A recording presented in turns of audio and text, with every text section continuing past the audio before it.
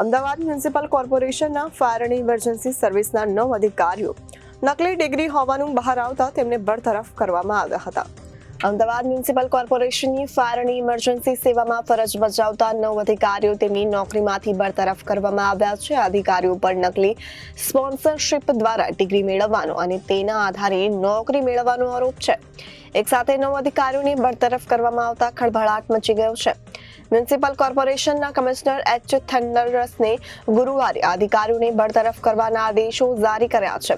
Municipal corporation કમિશનરે તમામ 9 અધિકારીઓને કારણદર્શક નોટિસ આપી હતી અને તેમને જવાબ આપવા માટે 10 દિવસનો સમય આપ્યો હતો, પરંતુ યોગ્ય રીતે જવાબ ન આપી શકતા ગુરુવારે તેમને નોકરીમાંથી કાઢી મૂકવાનો આદેશ કર્યો હોવાનો આક્ષેપ છે.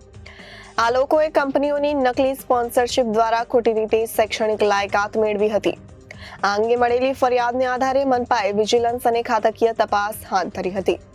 આ તપાસ રિપોર્ટમાં આક્ષેપોની પુષ્ટિ થયા બાદ મહાનગરપાલિકાએ તેમને પદ પરથી હટાવવાનું પગલું ભર્યું છે.